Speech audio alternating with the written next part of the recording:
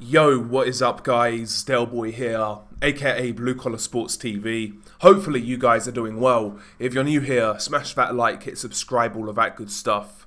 So Christian Mbilli defeats Sergiy Derevyanchenko by a 10-round unanimous decision over in Canada. I have to say it was a fun fight for what it was. Mbilli wins, he wins clearly, but it doesn't really tell the full story. Sometimes in boxing I believe that certain terms are overused, and I feel sometimes that fighters are praised far too easily. Sometimes I see in losing efforts fighters being branded as brave, as heroic, and this, that, and the third, and very often I find it over the top. However, Derevyanchenko showed excellent bravery in this particular bout with Christian Mbilli, because at the end of the third round, this man tore his left bicep. He couldn't jab, he couldn't use the left hand, he was one-handed throughout the remaining 7 rounds of this fight against a younger, bigger, stronger, fresher, bigger punching man.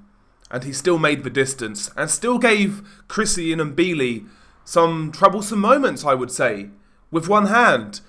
It's a real shame because up until the injury, I felt it was turning into a real good fight, to be honest. I felt Mbilli was, probably ahead, but, Derevyanchenko was letting him know he was there. Mbilli started this fight quite well, firing the jab and really following up with the straight right hand. And he was mounting a good body attack off those punches as well. Derevyanchenko was trying to offer him side-to-side movement. He was trying to time Mbilli coming in with his uppercut. And at times he was exchanging with Mbilli. Mbilli, the more powerful man, the stronger man, the bigger man. So, he was getting the better of those moments, but he wasn't dominating Derevyanchenko in those moments. Derevyanchenko, like I said, was answering back, he was landing shots, although in my opinion, probably not winning the first 3 rounds or any of the first 3 rounds, but round 3 in particular was a lot more competitive, it was a lot more even keel, and it's a shame because, that's when the injury occurred. I do wonder what would have happened if Derevyanchenko had 2 hands, because he was still competitive in spots after the injury. Right after the injury, in round 4, Derevyanchenko had a really good round, one-handed, just popping the right hand, doubling it up, doubling the straight right, turning it into a right hook, putting those right hands together. He would jab very rarely with his left hand, nothing in those shots, just trying to give Mbilli a different look, but he couldn't commit to the left hand. He was in too much pain. But round 4 was a tremendous showing of bravery from Derevyanchenko. But at this stage, the writing was really on the wall for Sergiy when it comes to his chances of winning the fight. The only thing really was whether he could make the distance or whether he'd be allowed to make the distance by his corner. Because I'm sure some corners would have pulled him out after a couple more rounds. But Derevyanchenko got through it. He was still trying to exchange with Mbilli when he could with one hand, but Mbilli was just outworking him, firing those body shots, firing those clubbing overhand rights, pushing Derevyanchenko back, really working him over. But Derevyanchenko defended himself well, kept his guard up, moved his head, still offered some side-to-side movement, and he attacked when he could, Primarily, he was at times trying to counter Mbilli coming in with the right hand, the uppercut, the overhand right. And he was landing shots, like I said, but ultimately, it just wasn't, he didn't have the arsenal with just one hand. But still, nonetheless, put up a great effort.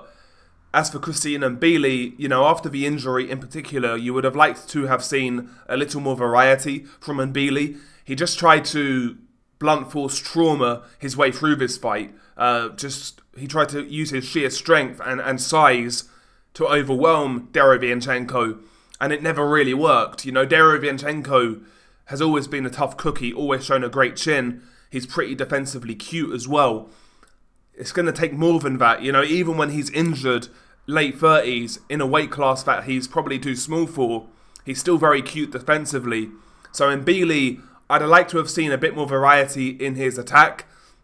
You know, a few more feints instead of just the same jab, right hand, or body punches, you know, the big swinging combinations. I'd like to have seen a bit more variety. Jab, double jab, feint jab, fire straight right down the middle, feint jab, uppercut. There was the feints of Mbilli in this fight may have been more beneficial for him to try and get a stoppage because there wasn't many feints. So yeah, listen, good fight. Mbilli won clearly, but it's a shame that Derevyanchenko got injured because I think we may have seen a very good fight, a competitive fight, because the first 3 rounds were competitive. You know, Mbilli was winning them because he was just fresher, you know, doing a bit more. But who knows how that would have gone as the fight carried on, kind of thing. But it's a shame. It's a shame. Derevyanchenko, listen, man. One of those guys, nearly, man, in boxing. The guy's got real skill. The guy's got real toughness. But it just hasn't quite worked out for him, has it? You know? The Golovkin fight was very close. Some people felt he won that fight. You had the Carlos Adames fight, which, again, a lot of people felt he won. The Danny Jacobs fight was very close. Aside from the knockdown in round 1 against Danny Jacobs, he probably would have won that fight. Same goes for the fight with Jaime Munguia. He got dropped in round 12. He was winning that fight going into round 12 on 2 of the judges' scorecards, but he gets dropped in round 12 and he loses the fight. You know, so many nearly moments in Derevyanchenko's career. So many nearly moments. And, you know, in a different dimension, we'd probably be talking about Derevyanchenko a little differently. And quite frankly, if he came around a few years later, he'd be a middleweight champion right now, in my opinion, because middleweight is not strong. When Derevyanchenko was in his prime, middleweight had some good champions like Canelo, like Golovkin, even Jamal Charlo. I mean, you know, Derevyanchenko fought Charlo back in 2020, and I think that was the last time we saw a really good Jamal Charlo. And yeah, he put up a great effort in that fight. Just a nearly, man. Derevyanchenko, nearly, man. He never gets, like, washed. I know he technically got washed on the cards, more or less, against Mbilli, but it really wasn't, considering the circumstances. But yeah, nearly, man, Derevyanchenko. And listen, man, he's now, 38 years old. He's got a record of 15 wins, 6 defeats. Probably time to retire now. A torn bicep is going to take a while to recover from.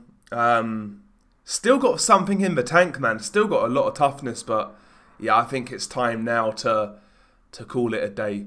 But yeah, Derevyanchenko for me is up there with, like, the toughest guys in the sport right now. Very tough guy, great bravery, great durability, but again, just falls short. Anyway, share your thoughts below. Been your guy Delboy. Peace.